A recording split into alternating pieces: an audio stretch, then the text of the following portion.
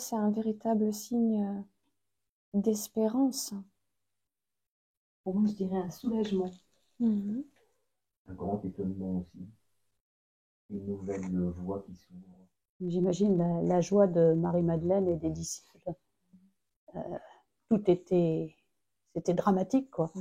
Toute leur vie avait basculé avec la mort de Jésus et tout renaît, quoi. Voilà, c'est cette joie qu'ils ont dû avoir et qu'on peut encore partager aujourd'hui. Moi, j'ai toujours envie de faire la course avec les deux disciples. J'ai envie de faire la course avec eux et de voir ce qui va arriver au bout du tombeau, en fait. J'ai toujours envie de faire la course. On connaît l'histoire, mais lui, il la connaissait pas. Je trouve que c'est de les voir courir, je sais pas, les voir courir, se précipiter vers ce tombeau. Ils savent pas trop ce qu'ils vont découvrir, et puis nous, on a juste envie de les suivre. Les gens qui vivent dans l'obscurité, et c'est vrai que quand on lit ce texte, on entrevoit la lumière, et pour moi, c'est vraiment à partir du moment où je sais que le Seigneur, ben, il a ressuscité, c'est de quoi aurais-je peur, en fait.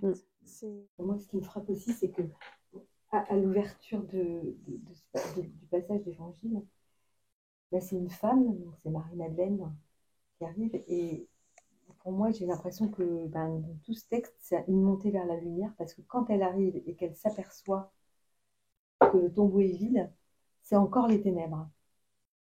Et donc, je ne sais pas pourquoi je vois comme une espèce de lumière qui s'ouvre. Alors, c'est vrai que ça reprend ce qu'on disait tout à l'heure par rapport à l'espérance. Et que des fois, on a du mal à voir dans le monde cette espérance quand on regarde à la télévision, quand on écoute à la radio, quand on Internet, on a quand même plutôt l'impression que c'est plutôt les ténèbres qui sont mis en avant. Et puis là, je trouve que dans ce texte, d'abord, c'est une femme, ce que je disais tout à l'heure, et en plus, voilà, on n'est pas c'est pas tout de suite la lumière, quoi. C'est-à-dire que les hommes sont pas encore dans l'espérance, quoi. C'est au fur et à mesure que le voile se lève sur ce qui vient de se passer. C'est intéressant ce que tu dis, parce que ça remonte sur la mort de Jésus. Elle se fait au grand jour, même si les ténèbres tombent au grand jour, mais elle se fait au vu, au su de tout le monde. Tout le monde est au courant qu'il est mort. Par contre, cet esprit de résurrection, là, c'est vraiment une révélation qui se fait presque individuellement. Chacun y vient. Chacun vient puiser un peu à la source. Chacun vient être éclairé et vient recevoir cette lumière, en fait. C'est une lumière qui arrive, mais qui se veut discrète, qui s'impose pas à tous. Alors qu'au contraire, le mal, lui, il s'impose à tous. La méchanceté, elle s'impose à tout le monde, elle se montre. Alors que, on va dire, à l'inverse, l'amour, la gentillesse, elle se donne à chacun. Et elle va voir une personne en particulier. Comme tu dis, il y a quelque chose de personnel, en fait, dans ce dimanche de Pâques. Alors que le vendredi saint, c'est vraiment une explosion presque médiatique. Le bien triomphe toujours, mais sans bruit. Oui. Sans bruit, sans s'imposer, sans forcer. C'est à nous d'accueillir aussi, d'accueillir le Christ, d'accueillir la parole. Et Dieu nous l'impose pas. Il nous propose, mais il ne l'impose pas. Quand Anne-Sophie disait qu'au départ, il y avait cette obscurité, donc il n'y avait pas cette lumière. Mais moi, ce que je vois aussi quand quand il court vers le tombeau, effectivement, il y a une espèce d'obscurité. Il ne voit pas ce qui se passe. Il s'interroge. Et c'est un peu pareil dans nos vies, où quand on est plongé un petit peu dans les ténèbres, dans les épreuves, alors on voit pas trop ce qui se passe. On se pose des tas de questions. Pourquoi? Qu'est-ce qui se passe? Mais c'est en regardant vers le tombeau, donc finalement vers Jésus, qu'ils entrevoient la lumière, en fait. Et dans nos vies, c'est pareil. C'est quand on lève les yeux au ciel qu'on se rend compte que, en fait, voilà, le Seigneur nous aide à surmonter les épreuves, mais toujours en levant les yeux au ciel, quoi. C'est Carlo Acutis qui disait quand on est triste et qu'on a le regard tourné vers le sol, mais quand on lève les yeux au ciel, voilà, il y a le bonheur qui vient petit à petit et avec douceur et légèreté. Ouais. C'est ce que ce texte me parle comme ça. La source de notre joie. Oui. Oui, mais c'est bien parce que je trouve que là, t'as terminé en prenant l'évangile vers la vie, en fait. Oui. Vers le concret de nos vies. Oui. Que ce soit pas juste une parole comme ça qui... Voilà, Et comment ça C'est s'incarne exactement aujourd'hui pour ça, nous. oui. Et à vivre au quotidien. Oui. Passer de la vie à l'évangile et de Oui, l'évangile à la vie. Oui. Et tu parlais de la joie, mais je dirais la lecture de la parole, que ce soit l'évangile, le Nouveau Testament ou l'Ancien Testament, ça contribue à nous relier à Dieu. Enfin, je trouve que ça vraiment quelque chose de fort et de mystérieux en même temps. On ne sait pas ce qui se passe exactement, mais il y a quelque chose qui nous relie à ce trésor de la Bible, en fait. Vraiment un livre vivant qui nous parle à chacun au jour même de façon différente, chaque personne de façon différente et d'un jour à l'autre d'une façon différente en fonction de ce qu'on a dans le cœur et ce que le Seigneur veut nous apporter, en fait. Oui. Et qui apporte de la fécondité dans nos vies. C'est notre pain quotidien. Pour moi, il y a une vraie joie de savoir que voilà, Jésus a traversé la mort, je le dis vraiment avec beaucoup de certitude. Et du coup, moi, ça m'aide vraiment à relativiser un petit peu, je dirais, dans les soucis du quotidien, dans tout ce qu'il y a à vivre, et même dans l'échéance qui est celle de la mort. Oui, une conviction que voilà, cette mort n'est pas le dernier mot et que la vie est la plus forte et que la vie avec Christ, voilà, on apprend petit à petit à aller de petite résurrection en petite résurrection pour un jour aller, je l'espère, dans la grande résurrection avec lui. Et pour moi, c'est, enfin, si on a cette conviction à l'intérieur de soi que Jésus, je dirais, est le premier qui veut nous emmener dans cette vie éternelle, alors du coup, je pense que oui, on ne voit plus la vie avec des lunettes noires, mais au contraire avec je dirais, le regard d'espérance. C'est un petit peu ce que tu disais sur Carlo Acutis, quoi. Il faut regarder vers le ciel et on est promis au meilleur. Et du coup, oui, c'est une joie de confiance en même temps et d'assurance que voilà, le Seigneur est avec nous et il est à la fois dans notre chemin sur terre et puis on est promis à une belle rencontre qui va, je crois, nous émerveiller, quoi. J'espère. Confiance dans l'espérance, confiance dans l'existence. Et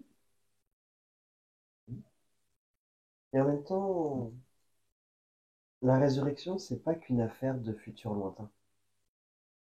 Chaque année, je me dis, chaque année, quand on est dans le carême, je me demande toujours qu'est-ce que le Seigneur va ressusciter chez moi cette année. Qu'est-ce qu'il va ressusciter dans ma vie cette année. Et Et là, bah, c'est la lecture de ce soir, là, le texte, plus la question que tu donnes, c'était qu'est-ce qui fait ma joie aujourd'hui? Euh, je me rends compte que ce qui fait ma joie ces jours-ci, j'y avais pas encore associé le Seigneur. Mais et d'un coup, avec ta question, ça m'a tout éclairé. Je me suis dit, mais en fait, c'est tellement lui qui agit, quoi. C'est tellement la joie que je ressens ces derniers jours est tellement profonde qu'elle peut venir que de là. Euh, et je sens qu'il est en train de se saisir de ce carême là pour me faire faire un voyage sur mon passé, pour me faire comprendre un petit peu mon histoire et pour me faire envisager mon avenir. Donc je suis en train de me dire que ouais, là je suis sur un chemin de résurrection, mais je sais pas du tout où ça va me mener. Mais c'est clair que si je veux m'engager sur ce chemin, à un moment donné, il va falloir juste que je lui dise ah, d'accord, top là, et on y va ensemble, quoi. Mais pas sans toi. Il vient nous chercher et ouais, ça c'est une source de joie en fait, de pouvoir enfin comprendre des choses qui datent, des choses qui. Il y a plein de choses qui prennent sens là en ce moment. Et cette prise de sens, bah, ça entraîne une joie. Une joie profonde, une joie vraie. Pas la joie exubérante qui va passer dans 3 minutes, mais c'est. Donc voilà, qu'est-ce qui fait, voilà, c'est la joie de se savoir en fait accompagné. Nous ne sommes jamais seuls. Ouais. Toujours avec le Seigneur. Je m'étais pas rendu compte qu'il était là sur le chemin. Et pourtant, non, c'est vrai que si tu relis la chose, il est présent à toutes les étapes. Comme on disait tout à l'heure, il est présent, mais il se montre pas. Donc, il nous demande de courir. Il nous demande de courir. Il nous demande de courir vers le tombeau, de nous laisser questionner. Et de dire oui. Et de nous laisser enseigner par Jean pour comprendre. Et de courir dans le bon sens, c'est-à-dire vers lui. Parce que moi, je me suis rendu compte au fil du temps que quelquefois, on a une vie où il y a forcément parfois du surmenage. Et bien des fois, je me suis rendu compte que bah, c'est en étant plutôt comme Marie plutôt que comme Marthe, bien qu'on retrouve on retrouve le Seigneur tout simplement, et c'est en contemplant le Seigneur, en étant dans la contemplation, que moi je retrouve ma joie à chaque fois, quotidiennement. Si je suis trop surmenée dans la journée, je me rends compte que c'est parce que j'ai pas pris le temps de passer du temps avec le Seigneur. Et souvent il me le rappelle dans la journée, des petits clins d'yeux où voilà, je sens que le Seigneur m'appelle à retourner vers la prière pour mieux repartir ensuite. Et je retrouve toute ma joie après avoir fini de prier. Donc, c'est aussi une de mes grandes joies, c'est vraiment de prendre du temps, des temps forts, quotidiens. Ça ne demande pas énormément de temps, mais se poser et pas spécialement dialoguer, mais juste le contempler, regarder la croix, regarder l'image de Jésus. Et on est reboosté pour repartir. Oui.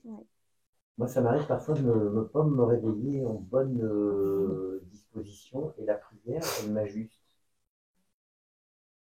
La prière, elle m'ajuste le matin. Et en t'écoutant, Marianne, il y avait une expression qui me venait, c'était quand tu te poses dans le silence et que tu mets à la disposition, enfin, en présence de Dieu, il y a une expression, c'est tu respires Dieu. Et il y a une homélie que j'avais entendue où le prêtre disait être chrétien, ça ne demande pas tellement d'efforts, c'est simplement accepter de se laisser aimer. Comme j'aime pas trop faire des efforts, ça me va bien.